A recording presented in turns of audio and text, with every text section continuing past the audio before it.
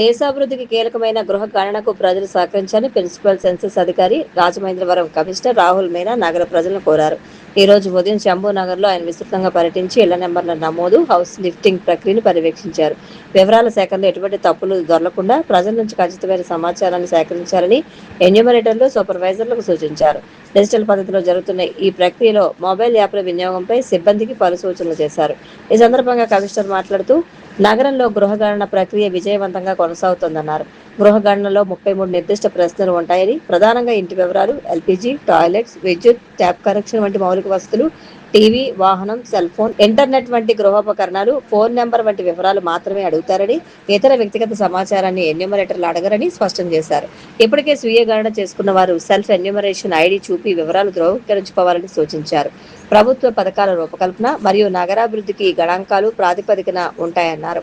కనుక ఎటువంటి తప్పులు లేకుండా సరైన సమాచారం అందించాలన్నారు. గణనదారులు తమ వద్ద అధికారిక గుర్తింపు కార్డులు కలిగి ఉంటారని, ప్రజలు వారిని గుర్తించి అడిగిన ప్రశ్నలకు సానుకూలంగా స్పందించి ఈ ప్రక్రియను విజయవంతం చేయాలని కోరారు. అలాగే సూపర్వైజర్లు, ఎన్యూమరేటర్లు మ్యాప్ ఆధారంగా హద్దులు చూసుకుని తమకు కేటాయించిన ఇళ్లకు సంబంధించిన మే 30వ తేదీలోగా వివరాల నమోదు పూర్తి చేయాలని స్పష్టం చేశారు. ఆయన వెంట ఎంహెచ్ఓ వినూత్న, ఇతర సిబ్బంది ఉన్నారు.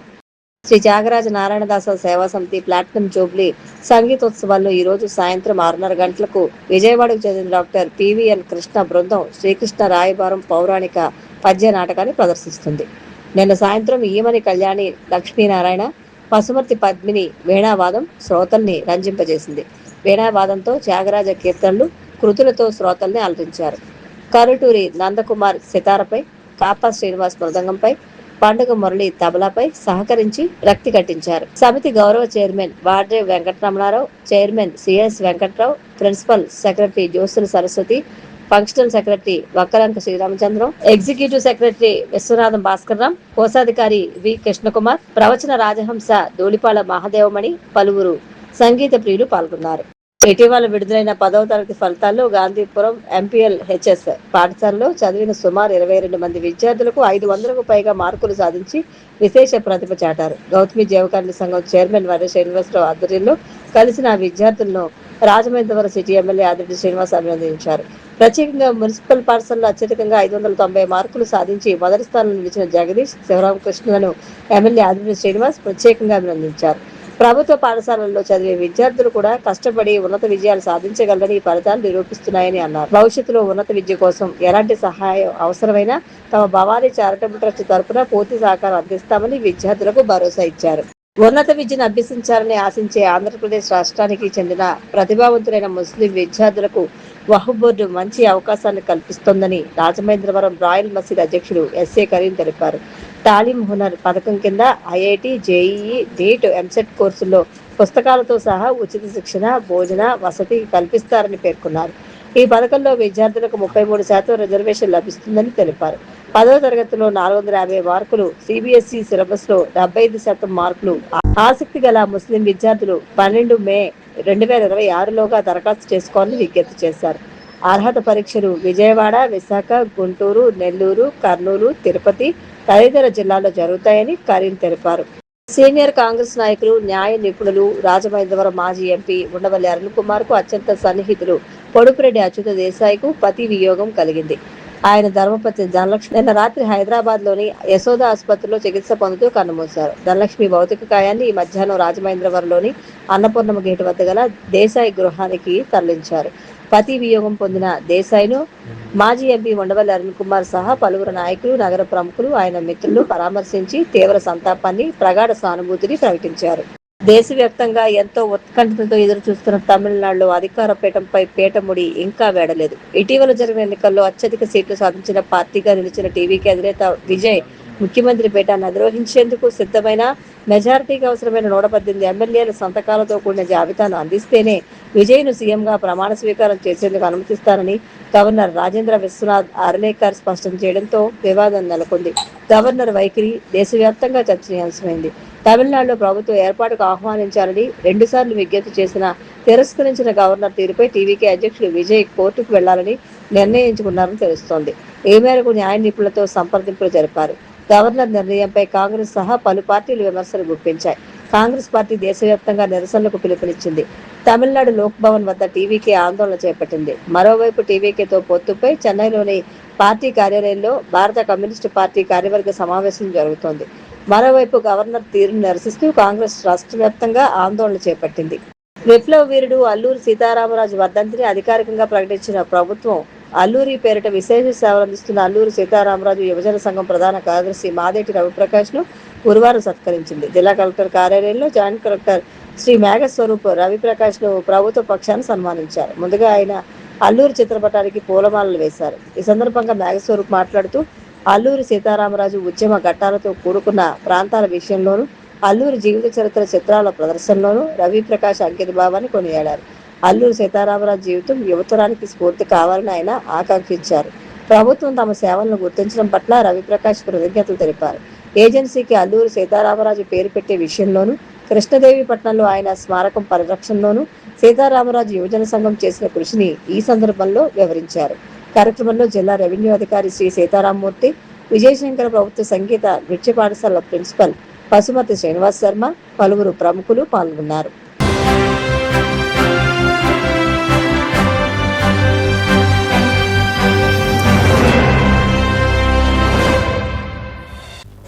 నమస్కారం, మీరు చూస్తున్నది సిసిసి డిజిటల్ 230 న్యూస్ బులెటిన్. ఇలాంటి వార్తలకు ముందుగా ముఖ్యాంశాలు.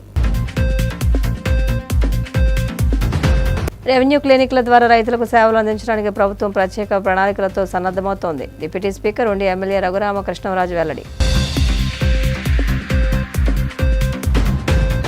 టీడీపీ చరిత్రలో తొలిసారిగా నెల్లూరులో మహానాడు నిర్వహణ. మే 27 నుంచి 29 వరకు ఇఫ్కో సెజ్లో 3 రోజుల వేడుక నిర్వహిస్తామన్న మంత్రులు, ఎంపీలు. బాల కార్మిక వ్యవస్థను నిర్మూలించి బాలలను అభివృద్ధిలోకి తీసుకురావడమే లక్ష్యంగా కమిషన్ పనిచేయాలి. ఆరోగ్య శాఖ మంత్రి సత్యకుమార్ సూచనలు. పొగాకు రైతులకు మద్దతుగా దేవరపల్లిలో వైసీపీ భారీ ధర్నా. కూటమి పాలన తీరుపై ఆగ్రహం వ్యక్తం చేసిన మాజీ మంత్రి చెల్లుబోయిన వేణుగోపాలకృష్ణ. రెవెన్యూ క్లినిక్ల ద్వారా రైతులకు సేవలు అందించడానికి ప్రభుత్వం ప్రత్యేక ప్రణాళికలతో సన్నద్ధమవుతోందని డిప్యూటీ స్పీకర్ ఉండి ఎమ్మెల్యే కనుమూరు రఘురామకృష్ణరాజు అన్నారు.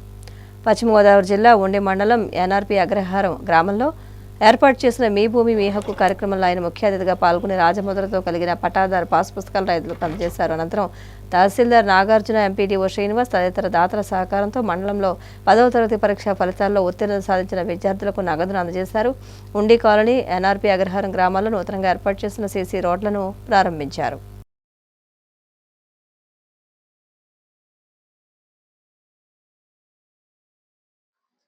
పథకం కింద భూమి యజమానులందరికీ వారి వారి ఫోటోలతో, కేవలం ప్రభుత్వ చిహ్నంతో, గతం మాదిరిగా కాకుండా సంబంధం లేని వ్యక్తుల ఫోటోలు వేయకుండా వారి వారి ఫోటోలతోనే పట్టాదారు పాస్బుక్లు ఇచ్చే కార్యక్రమం గత 5 మాసాలుగా జరుగుతుంది. ఇంకొక 6 మాసాల్లో మొత్తం అందరికీ కూడా పాస్బుక్లు వారి వారి ఫోటోలతో అందజేయటం జరుగుతుంది. హెల్త్ క్లినిక్ లాగా రెవెన్యూ క్లినిక్స్ అని ఇబ్బందులు వస్తున్నాయి. అక్కడక్కడ కొందరికి ఒక 4 సెంట్లు ఎక్కువ, కొందరికి 4 సెంట్లు తక్కువ. ఎక్కువ వచ్చినోడేమో గప్చిప్పుగా ఉంటున్నాడు, తక్కువ వచ్చినోడేమో ఎంఆర్ఓ ఆఫీసులు చుట్టూ తిరుగుతున్నారు. సో అది కూడా పిలిచినప్పుడు 1-2 సార్లు రాకపోతే ఎక్కువ వచ్చినోడు ఏం చేయాలి, ఎలా చేయాలి అనే దాని మీద కూడా కొన్ని మార్గదర్శకాలు రూపొందించడం జరిగింది. ఖచ్చితంగా ఎక్కడైనా 1-6 అబరేషన్స్ ఉన్నప్పటికీ కూడా అన్నీ పరిగణలోకి తీసుకుని ఎవరికి ఎటువంటి ఇబ్బంది లేకుండా ఏదైతే ఒక సమయం, ఈ సమయంలో అన్నీ పూర్తి చేయాలని అనుకున్నామో ఖచ్చితంగా రెవెన్యూ అధికారుల సహకారంతో, రైతుల సహకారంతో అవన్నీ కూడా చేయటం జరుగుతుంది. ఏదైనా ఇబ్బందులు ఉంటే మీరు ఎంఆర్ఓ గారికి, తహసీల్దార్ గారికి తెలియచేయండి. అలాగే ఈరోజు 10th క్లాస్ ఫలితాలు వచ్చిన తర్వాత ఈ మండల స్థాయి అధికారులు, తహసీల్దార్ గారు కానీ, ఎండిఓ గారు కానీ, ఇంకా వారి స్టాఫ్ అంతా కూడా 10వ తరగతిలో మంచి మార్కులు సాధించిన వారికి ప్రోత్సాహకరంగా వారి సొంత నిధులతో వారి జీతంతో ఈ రకంగా విద్యార్థుల్ని ఎంకరేజ్ చేయాలనుకోవడం అనేది ఒక చాలా చక్కటి కార్యక్రమం. దీనికి ముందుకు వచ్చిన తహసీల్దార్ గారికి, ఎండిఓ గారికి, ఇతర స్టాఫ్ మెంబర్స్ కంట్రిబ్యూట్ చేసిన వారందరికీ, అలాగే ప్రభుత్వ పాఠశాలల్లో కూడా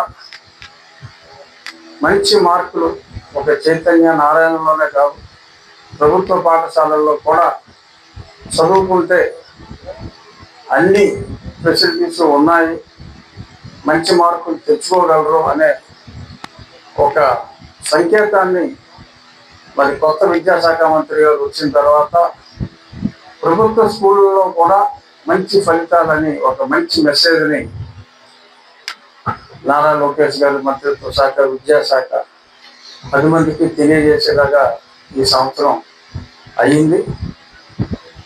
మనం కూడా స్కూల్స్ అన్ని కూడా ఉన్ని నియోజకవర్గంలో అభివృద్ధి చేయడానికి, బిల్డింగులు కట్టడానికి దాతల సహకారంతో చాలా బాగా చేసుకొస్తున్నాం.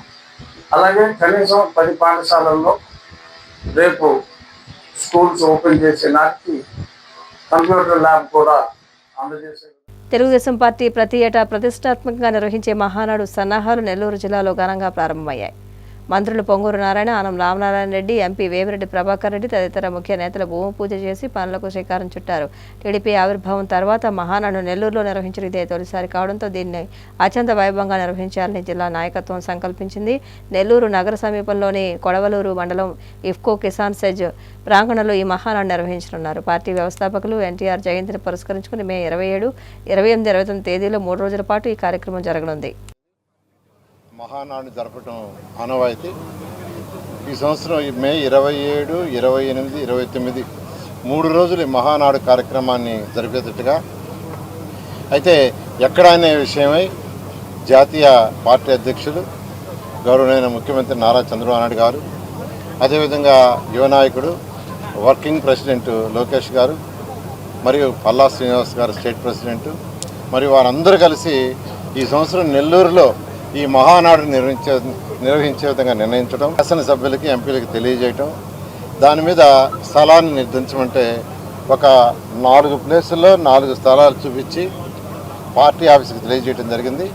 అక్కడ నుంచి కమిటీ వచ్చి ఆ 4 స్థలాలు చూసిన తర్వాత కోవూరులో ఉన్నటువంటి ఈ ఇఫ్కో స్థలం అయితే అన్నిటికీ అనుకువగా ఉంటుంది, పార్కింగ్ కావచ్చు, వచ్చిన వెహికల్స్ బ్లాక్ కాకుండా కానీ అన్ని విధాల దాదాపు 2200 ఎకరాలు ఇక్కడ ఉంది.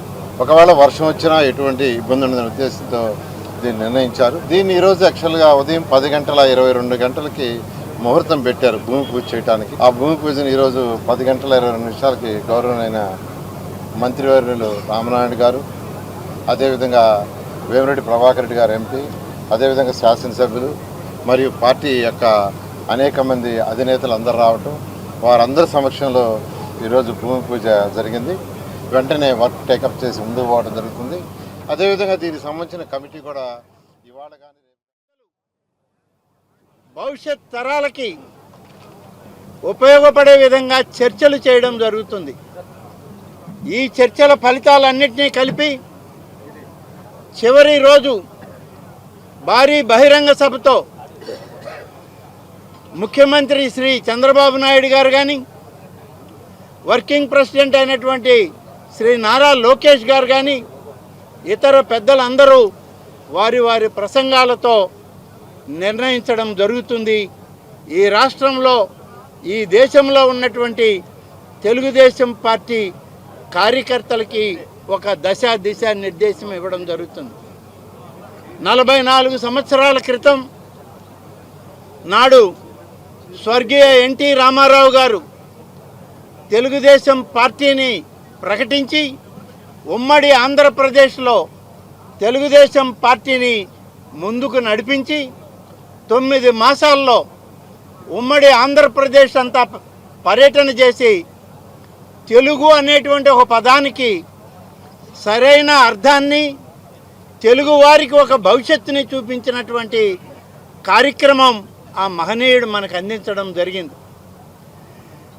మే 29వ తారీఖు వారి జన్మదినాన్ని పురస్కరించుకొని 28 మహానాడు జరగడం అనేది ఎప్పుడు ఇది ఆనవాయితీగా వచ్చేటువంటి కార్యక్రమం.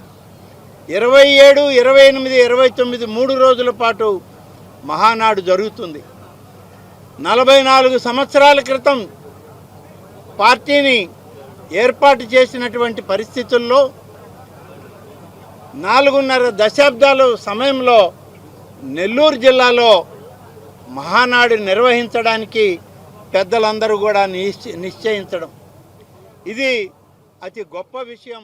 తెలుగుదేశం పార్టీ బాల కార్మిక వ్యవస్థను పూర్తిగా నిర్మూలించి బాలలను అభివృద్ధిలోకి తీసుకురావడమే లక్ష్యంగా కమిషన్ పనిచేయాలని ఆరోగ్య శాఖ మంత్రి వై సత్యకుమార్ ఆకాంక్షించారు. రాష్ట్ర బాలల హక్కుల పరిరక్షణ కమిషన్ చైర్మన్గా వేటుకూరి సూర్యనారాయణరాజు పదవీ బాధ్యతలు చేపట్టిన సందర్భంగా కాకినాడలోని గోదావరి కళాక్షేత్రంలో అభినందన కార్యక్రమాన్ని ఏర్పాటు చేశారు. దీనికి మంత్రి సత్యకుమార్ ముఖ్య అతిథిగా హాజరై మాట్లాడారు. బాలల హక్కుల పరిరక్షణ విషయంలో ఎటువంటి రాజీ పడవద్దని, వారిని రేపటి భావితర పౌరులుగా తీర్చిదిద్దేలా కమిషన్ సమస్యలను పరిష్కరించాలన్నారు. వేటుకూరి సూర్యనారాయణరాజు మాట్లాడుతూ రాష్ట్రంలో ఉన్న కమిషన్ పరిరక్షణ నిమిత్తం ఉన్న సమస్యలను తెలుసుకుని వాటిని పరిష్కరించే దిశగా పనిచేస్తానని చెప్పారు. ఈ కార్యక్రమంలో ఉమ్మడి తూర్పుగోదావరి జిల్లాకు చెందిన కూటమి ఎమ్మెల్యేలు, ఎమ్మెల్సీలు, ముఖ్య నాయకులు, కార్యకర్తలు పాల్గొన్నారు. తల్లికి వందనం అంటే ప్రతి ఎంతమంది పిల్లలు ఉంటే అకౌంట్లో వేసారు. ఎన్ని ఇబ్బందులు ఉన్న, ఆర్థిక ఇబ్బందులు ఉన్న అన్నదాతను ఆడుకోవడం కోసం ప్రధానమంత్రి కిసాన్ ఇక్కడ మళ్ళీ అన్నదాత సుఖీభవ 20,000 ఇచ్చారు. లేదా దీపం పథకం కింద ఉచిత కనెక్షన్లు కేంద్ర ప్రభుత్వం ఇస్తుంటే ఉచితంగా సిలిండర్లు అందజేసుకుని రాష్ట్ర ప్రభుత్వం చేస్తూ ఉంది. లేదా అది మత్స్యకారులకు ఉపయోగపడేలా కావచ్చు, చేనేతలు ఉపయోగపడే వాళ్ళ కావచ్చు, ఈ రకంగా అన్ని రకాలుగా ఉపయోగపడుతూ ఒక ఆరోగ్య రంగాన్ని కూడా అనేక రకాల కార్యక్రమాలు తీసుకొస్తే నేను వాటిలో గురించి మాట్లాడదలుచుకోవాలి. కానీ ఒక విషయం, ఒక సంక్షేమ పథకం అనేది ఆరోగ్య వ్యవస్థ కూడా ఏ రకంగా ఉపయోగపడగలుగుతున్నదని ఒక చిన్న విషయం మాత్రం చెప్తాను.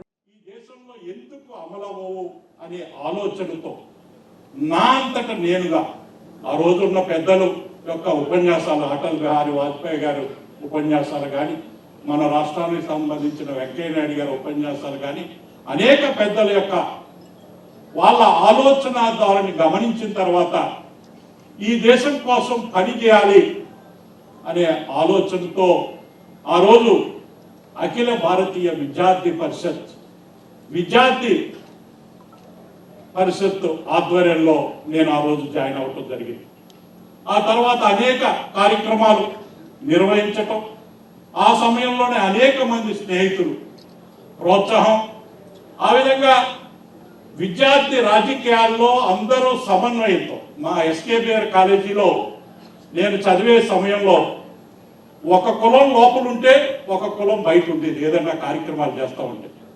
కానీ మొట్టమొదటిసారి నేను ఆ కాలేజీలో చదివే సమయంలో అన్ని కులాలని ఆ బంద్లో పాల్గొని ఆ కాలేజీ అభివృద్ధి కోసం మొదటిసారి అక్కడ ఒక ఉద్యమాన్ని తీసుకురావడం జరిగింది. 14లో నరేంద్ర మోడీ గారు ప్రధానమంత్రి అయ్యారు. ఆ విధంగా మాకు దేవుడు కూడా కరుణించాడు.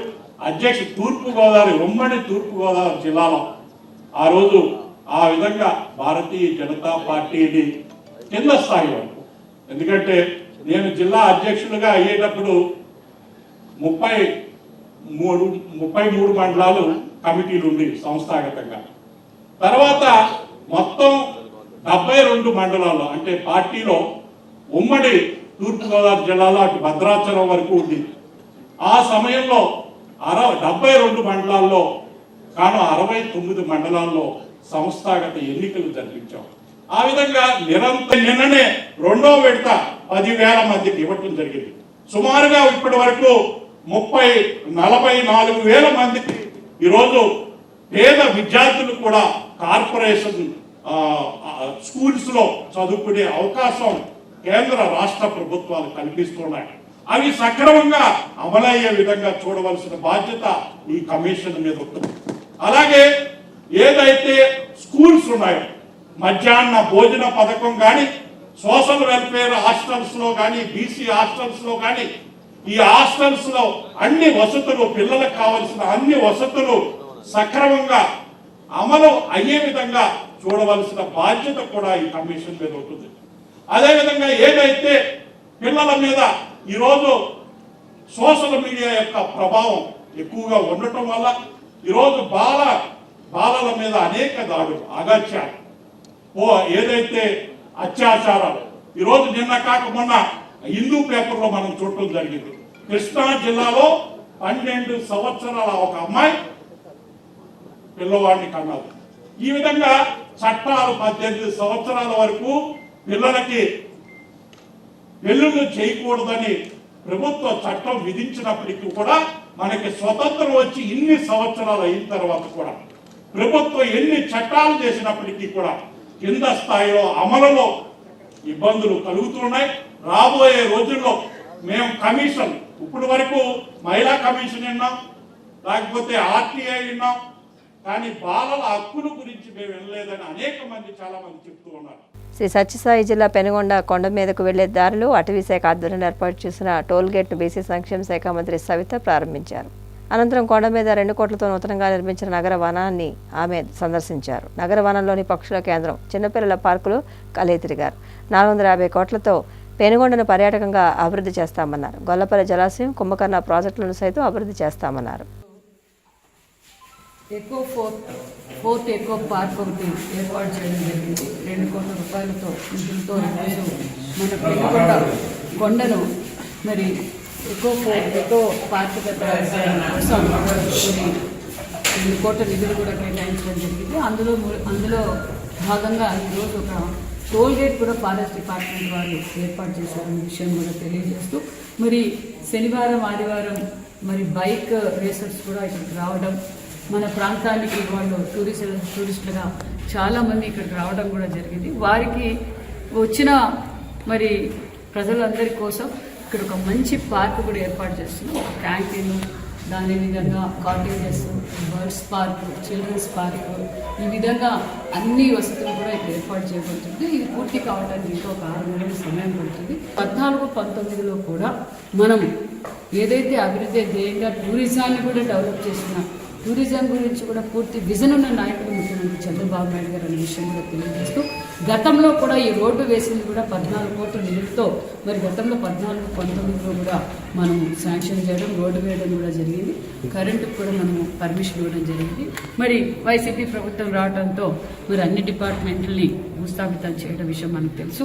మళ్ళీ ఇస్కాన్ వారితో కూడా మాట్లాడి ముఖ్యమంత్రి గారు, నేను, మరి ఇతర ఐఏఎస్లు అందరూ కూర్చొని మాట్లాడి, టూరిజం డిపార్ట్మెంట్ కూడా మాట్లాడి మరి 450 కోట్ల రూపాయలతో మనం ఇక్కడ ఇస్కాన్ టెంపుల్ కూడా నిర్మాణం చేయబోతుందన్న విషయం కూడా తెలియజేస్తూ, మరి కొండ కింద కూడా వారు కోరినట్లుగానే మరి 60 ఎకరాలు ల్యాండ్ కూడా ఇస్కాన్ వారికి అలాట్ చేయడం కూడా జరిగింది. మన ప్రాంతాన్ని టూరిజం ఒక పక్క అన్ని విధాలుగా మనం డెవలప్ చేస్తున్నాం అన్న విషయం కూడా మీకు తెలియజేస్తూ, మరి నిజంగానే ముఖ్యమంత్రి చంద్రబాబు నాయుడు గారికి మా పెనుగొండ నియోజకవర్గం తరఫున ప్రత్యేకతమైన ధన్యవాదాలు కూడా తెలియజేస్తున్నాం. అదేవిధంగా మన డిప్యూటీ సీఎం పవన్ కళ్యాణ్ గారికి కూడా ప్రత్యేకతమైన ధన్యవాదాలు. ఎందుకంటే మన పెనుగొండని తెలిసిన వ్యక్తి, మరి శ్రీకృష్ణదేవరాయలు గారు 2వ రాజధాని పెనుగొండను అభివృద్ధి చేయాలనే ఉద్దేశంతో మన డిప్యూటీ సీఎం గారు 2 మనకి పార్కులు కూడా శాంక్షన్ చేయడం, మరి డిపార్ట్మెంట్ కూడా ఇందుకు సహకరించి శతవేగంగా మరి ఈ వనరుల 2 పార్కులు కూడా మరి ఫినిషింగ్ స్టేజ్కి వచ్చాయని తెలియజేస్తూ, ప్రకాశం జిల్లా ఒంగోలులో టీడీపీ పార్లమెంట్ నూతన కార్యాలయ భవన నిర్మాణానికి భూమి పూజ చేశారు. ఈ కార్యక్రమంలో మంత్రి డేబీవి స్వామి, ఎంపీ మాగుంట శ్రీనివాసులరెడ్డి, ఎమ్మెల్యే ఉగ్ర నరసింహారెడ్డితో పాటు పెద్ద సంఖ్యలో నాయకులు పాల్గొన్నారు. 6 నెలల్లోపు భవనం సిద్ధమవుతుందని, కార్యకర్తలకు అందుబాటులోకి వస్తుందని మంత్రి తెలిపారు.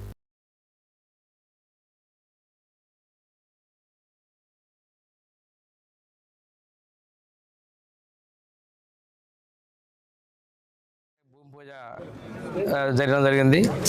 ఈ కార్యాలయంలో ఈ కార్యక్రమంలో పాల్గొనడం అదృష్టంగా భావిస్తా ఉన్నాం. తెలుగుదేశం పార్టీ 44 సంవత్సరాల క్రితం ఏర్పడినప్పుడు కూడాను రాష్ట్రంలో సుపరిపాలన, సామాజిక న్యాయంకి ముందుగా వెళ్తూ ఉన్నాయి. ఈరోజు కూడా ముఖ్యమంత్రి చంద్రబాబు నాయుడు గారి సారథ్యంలో లోకేష్ బాబు గారి యువ నాయకులు నారా లోకేష్ బాబు గారి నాయకత్వంలో అన్న ఎన్టీఆర్ గారి పెట్టిన పార్టీ ఈరోజు కూడా పూర్తిగా పటిష్టంగా ఉంది. కార్యకర్తలే అధినేత అనేటువంటి మోటివ్తో యువ నాయకులు పార్టీని ముందుకు తీసుకెళ్తా ఉన్నారు. ఈ సందర్భంగా రేపు మహానాడు కూడా మన పక్కనే నెల్లూరు జిల్లాలో ఈ నెలలో జరుపుకోపోతా ఉన్నాం. రాష్ట్రంలో అభివృద్ధిని, సంక్షేమాన్ని అన్న ఎన్టీఆర్ గారితో పాటు ఇప్పటికీ తెలుగుదేశం ప్రభుత్వంలోనే కొనసాగుతూ ఉన్నాయి. ఈ రాష్ట్రంలో పరిపాలనా వికేంద్రీకరణ కావచ్చు, అభివృద్ధి కావచ్చు, సంక్షేమానికి ఆద్యులు అన్న ఎన్టీఆర్ గారి విషయాన్ని తెలియజేసుకుంటూ వారు వేసినటువంటి పునాదులతో వారి అడుగుజాడల్లో అన్న మన చంద్రబాబు నాయుడు గారు ఈరోజు పార్టీని ముందుకు తీసుకెళ్తా ఉన్నారు. ప్రజల్లో ఒక విశ్వాసాన్ని, నమ్మకాన్ని, భరోసాన్ని కలిగించడం జరిగింది.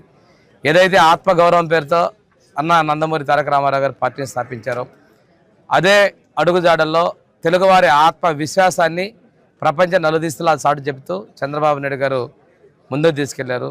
ఈరోజు అప్పుల్లో ఉన్నటువంటి రాష్ట్రాన్ని ఒక గాడిలో పెట్టేందుకు కూటమి ప్రభుత్వం ముందుకు తీసుకెళ్తా ఉన్నాయి. ఈరోజు పరిపాలన అధ్యక్షుడు చంద్రబాబు నాయుడు గారి నాయకత్వం ఈ రాష్ట్రానికి అవసరం. ప్రజలందరూ కూడా గమనించి మొన్న ఇచ్చిన తీర్పుని అదేవిధంగా భవిష్యత్తులో ప్రభుత్వం కూడా కంటిన్యూస్గా ఉండాలనే విషయాన్ని గమనించుకొని ఈ మా ముఖ్యమంత్రికి, మా ఎన్డీఏకి సహకరించాలని కోరుకుంటూ, ఏమండి దయ్యాలు వేధించాలంటే అదే తెలుసు. మీరందరూ ప్రత్యక్ష సాక్ష్యం. మీరు పోయి చప్పట్లు కొట్టినప్పుడు మీరు కూడా మీ మీడియాలో చెప్పలా నీళ్ళు ఇచ్చారు జాతికి అంకితం చేసి సిగ్గు లేకుండా వాళ్ళు అడిగితే అదొక ప్రశ్న మళ్ళీ మమ్మల్ని అడుగుతారు ఏంటండి? వాళ్ళు చేసింది తప్పు, వాడే పోయినాడంటే మా నాయకుడు తప్పు చేశాడని నేను మీడియా సాక్షిగా ఒప్పుకున్నారు. వాళ్ళు మా నాయకుడు ఆయనకు వచ్చి నీళ్ళు ఇచ్చాడని చెప్పి మేము చప్పట్లు కొట్టి జనాలతో పూర్తిగా అవాస్తవం, పూర్తిగా ఏమని అడుగుతున్నారంటే వాళ్ళ నాయకుడు చెప్పింది ఎంత అసత్యమో వాళ్ళ కార్యకర్తలు తిరగబడి మాట్లాడుతున్నారంటే అటువంటి దాని గురించి ఆ పార్టీ గురించి మనం మాట్లాడుకోవటం. వర్జీనియా పొగాకు గిట్టుబాటు ధర లేక అమ్ముకోలేక నష్టపోతున్న రైతులను ఆదుకోవడంలో కూటమి ప్రభుత్వం ఘోరంగా విఫలమైందని మాజీ మంత్రి చెలుబోయిన వేణుగోపాలకృష్ణ ఆగ్రహం వ్యక్తం చేశారు. తూర్పుగోదావరి జిల్లా దేవరపల్లి టొబాకో బోర్డు కార్యాలయం వద్ద నిర్వహించిన నిరసనలో ఆయన మాట్లాడుతూ గతంలో కేజీ 400 పలిగిన పొగాకు నేడు 260కి పడిపోయిందని, సాగు వ్యయం కూడా దక్కని స్థితిలో రైతులు ఆత్మహత్య యత్నం చేసుకునేలా ప్రభుత్వం వ్యవహరిస్తోందని మండిపడ్డారు. తక్షణమే ప్రభుత్వం జోక్యం చేసుకుని వర్జీనియా పొగాకును కొనుగోలు చేయడంతో పాటు మద్దతు ధర ప్రకటించాలని డిమాండ్ చేశారు. ఈ ప్రభుత్వం ఏ విధంగా ప్రవర్తిస్తుందన్న విషయాన్ని మౌత్ క్యాంపెయినింగ్ జరగాలి, గ్రామ గ్రామాల చర్చ జరగాలి. 1000 కోట్ల ఆస్తులు 99 పైసలకి ఇచ్చే ఈ ప్రభుత్వం 1000 మంది రైతుల యొక్క ప్రాణాలకి ఎక్కడా కూడా రక్షణ కల్పించలేకపోతుంది. 1000 మంది రైతులే కదా పొగాకు రైతులంటే. వాళ్ళు పండించినటువంటి పంట తక్కువ ధరకు ఆత్మాభిమానాన్ని చంపుకునే రైతు ఆత్మహత్యలు చేసుకునేటువంటి విధంగా ఈ ప్రభుత్వం కపట నిద్ర నటిస్తే, గడిచినటువంటి ప్రభుత్వాల్లో జగన్మోహన్ రెడ్డి గారు 450 రూపాయలకి పొగాకు కొనుగోలు చేయిస్తే ఆ రోజు కూడా డిఫరెన్స్ ఉన్నాయి. ఈవేళ 260 రూపాయలు అంటే 200 రూపాయలు దగ్గరగా రైతు నష్టపోతున్నాడు ఒక కేజీ మీద.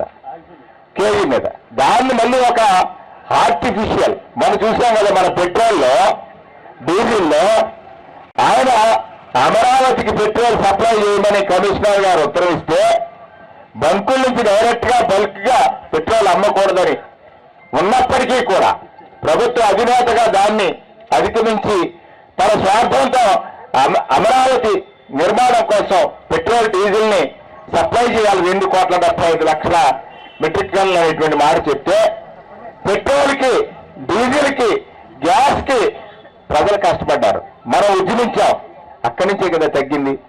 ఇవాళ ఈ ప్రభుత్వ ఆలోచన ఏంటి? ఆర్టిఫిషియల్ అంటే ఒక ఒత్తిడిని క్రియేట్ చేయాలి, కొంటలేదు అనేటువంటి ఒక అనుమానాన్ని క్రియేట్ చేసి లేకపోతే నమ్మకాన్ని కలిగించి దాన్ని తక్కువ కోరాలి. దానికోసమే కదా నేనంటాను, చంద్రబాబు నాయుడు గారు కానీ ఆయన క్యాబినెట్ లో ఉన్నటువంటి మంత్రులు కానీ, వ్యవసాయ మంత్రి ఆయన అసలు పట్టించుకోడు. ఆయనకి అక్కడికి వెళ్తారు సింగపూర్లో వ్యవసాయం లేని సింగపూర్లో వ్యవసాయ అధ్యయనం కోసం వెళ్తున్నాడు. పత్రికలు అడిగితే ప్రశ్నకి జవాబు చెప్పలేకపోతున్నాడు. వ్యవసాయం సింగపూర్లో లేదు కానీ అధ్యయనానికి వెళ్ళాడు. అంటే ఇక ప్రజలు ఏమైపోయినా బాగలేదు. పెట్రోల్ క్రైసిస్ వచ్చింది, మంత్రులు ఎక్కడ తిరుగుతున్నారండి? సింగపూర్లో తిరుగుతున్నారు. ఇవాళ పొగాకు కొనుగోలు చేయాల్సినటువంటి ప్రభుత్వం పొగాకు రైతు కష్టాన్ని ఎక్కడ అడ్రస్ చేయకుండా ఇవాళ చేస్తున్నటువంటి కార్యక్రమానికి కానీ వైఎస్ఆర్ కాంగ్రెస్ పార్టీ చూస్తూ ఊరుకోదు. నాటి నుంచి నేటి వరకు రైతుకి ఎక్కడైనా ఒక భరోసా లభించిందంటే నాడు వైఎస్ఆర్, మన జగన్మోహన్ రెడ్డి గారు వైఎస్ఆర్ కాంగ్రెస్ పార్టీ అని చెప్పడానికి నేను ఈ సందర్భంగా మీ అందరికీ గర్వంగా చెప్తా ఉన్నాను. వైఎస్ఆర్ పార్టీ అంటేనే రైతు పక్షపాతి. చంద్రబాబు నాయుడు ఎప్పుడు అధికారంలోకి వచ్చినా రైతు మోసపోతాడు, యువకుడు మోసపోతాడు, మహిళ మోసపోద్ది, పేదవాడు మోసపోతాడు. అందరినీ మోసగించడం ఈ ప్రభుత్వ లక్ష్యం అని తెలిసిపోయిన తర్వాత కూడా ఇవాళ పొగాకు రైతుల యొక్క ఈ కష్టాలకి కారణం ప్రభుత్వమే. స్పందించిన కారణం చేత కదా రైతు ఆందోళన చెందుతున్నాడు. ఆందోళన చెందే రైతుని ఆదుకోవాల్సిన ప్రభుత్వం కపటమిత్రం నటిస్తే చూస్తూ వైఎస్ఆర్ కాంగ్రెస్ పార్టీ ఊరుకోదు. నాడు పెట్రోల్ డీజిల్ అయినా, నేడు పొలాకైనా, అక్కడ మొక్కజొన్న అయినా, రైతుకు ధాన్యం అయినా, ప్రతి దానిలో రైతు నష్టాన్ని అడ్రస్ చేయని ఈ ప్రభుత్వాన్ని నిలవేద్దాం. కోకో అయినా ఇంకేమన్నా మామిడి, లేటెస్ట్ గా మామిడి వచ్చింది, మామిడి అయినా కానీ ఒక్కటి మనం ప్రజలకు అర్థమైంది. నిన్న జరిగినటువంటి పరిణామాలు చూసాం కదా, ప్రజలకు అర్థమైంది. ప్రజలు మనం మోసపోయేటువంటి పరిస్థితులు ఉన్నారు. వైఎస్ఆర్ కాంగ్రెస్ పార్టీ నైతికంగా అంటే లెక్కల్లో ఓడిపోయింది కానీ నైతికంగా గెలిచింది. మన నాయకుడి ధైర్యం ఏంటంటే ఓడిపోయిన మరుసటి నెలలోనే ప్రజాపక్షాన నిలబడ్డాడు. అది కదా రాజకీయ నాయకుడి లక్షణం. అది కదా రాజకీయ 2.5 సంవత్సరాలు. ఉండి లయన్స్ క్లబ్ ఆధ్వర్యంలోని నరసింహపురంలోని తబిత వృద్ధాశ్రమంలో అన్నప్రసాదం కార్యక్రమం నిర్వహించారు.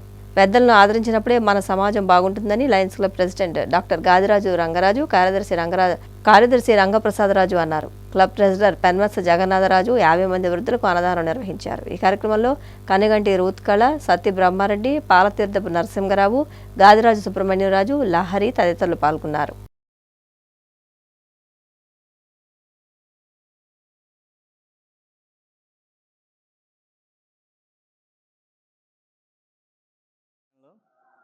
భీమవరం మండలం నరసింహాపురం గ్రామంలో ఉన్న తబిత డెవలప్మెంట్ సొసైటీ ఆధ్వర్యంలో నడుస్తున్న వయోవృద్ధుల కేంద్రానికి రావటం జరిగింది. ఈరోజు అల్లూరు రంగరాజు గారి సంవత్సరీకం సందర్భంగా దాత ఉండి Lions Club treasurer Penmetcha Venkata Jagannatharaju గారు దాతృత్వంలో ఈ వయోవృద్ధులకి అన్నప్రసాద కార్యక్రమం నిర్వహిస్తున్నాం. ఉండి లయన్స్ క్లబ్ తరఫున చాలా చోట్ల ఇలాంటి కార్యక్రమం చేస్తున్నాం.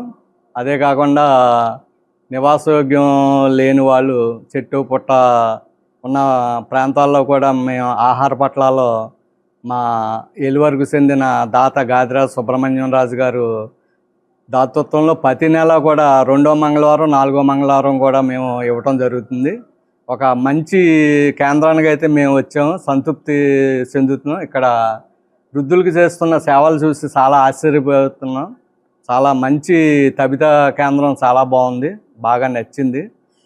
మరి ఒకసారి మేము అవకాశం దొరికితే తప్పనిసరిగా ఇక్కడ కార్యక్రమం చేస్తామని తెలియజేస్తాం. ఈరోజు ఉండి లయన్స్ క్లబ్ వారి యొక్క సహకారంతో భీమవరం మండలం నరసింహపురం గ్రామంలో సబిత సొసైటీ వృద్ధాశ్రమం మనం ఈరోజు రావడం జరిగింది. ఈ వృద్ధాశ్రమం కూడా చాలా ఆహ్లాదకరంగాను, చాలా ఇచ్చిన వృద్ధులకు కూడా భోజనాలకు కూడా ఏర్పాట్లు కూడా చాలా బాగా చేశారు. దీనికి దాత పెన్మిచ్చ వెంకట నరసింహరాజు గారు, వాళ్ళ ఫ్యామిలీ, మా లయన్స్ క్లబ్ ఆయన ట్రెజరరు ఉండి లయన్స్ క్లబ్ తరఫున ఇలాంటి కార్యక్రమాలు ఉండి లయన్స్ క్లబ్ వారు అనేక వందల మీద కార్యక్రమాలు మేము చేయటం జరుగుతుంది.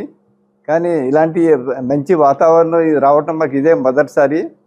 ఈ యొక్క అవకాశం కల్పించిన మన దాత పెన్మిచ్చ జగన్నాథరాజు గారికి, మా లయన్స్ క్లబ్ సభ్యులందరూ కూడా మన ఈ పేరున వార్తలు ముగించే ముందు ముఖ్యాంశాలు మరొకసారి. రెవెన్యూ క్లినిక్ల ద్వారా రైతులకు సేవలు అందించడానికి ప్రభుత్వం ప్రత్యేక ప్రణాళికలతో సన్నద్ధమవుతోంది. డిప్యూటీ స్పీకర్ ఉండి ఎమ్మెల్యే రఘురామకృష్ణరాజు వెల్లడి. టీడీపీ చరిత్రలో తొలిసారిగా నెల్లూరులో మహానాడు నిర్వహణ. మే 27 నుంచి 29 వరకు ఇఫ్కో సెజ్లో 3 రోజుల వేడుక నిర్వహిస్తామన్న మంత్రులు, ఎంపీలు. బాల కార్మిక వ్యవస్థను నిర్మూలించి బాలలను అభివృద్ధిలోకి తీసుకురావడమే లక్ష్యంగా కమిషన్ పనిచేయాలి. ఆరోగ్య శాఖ మంత్రి సత్యకుమార్ సూచనలు. పొగాకు రైతులకు మద్దతుగా దేవరపల్లిలో వైసీపీ భారీ ధర్నా. కూటమి పాలన తీరుపై ఆగ్రహం వ్యక్తం చేసిన మాజీ మంత్రి Chelluboina Venugopalakrishna. CCC digital 230 news bulletin ఇంతటితో సమాప్తం. నమస్కారం.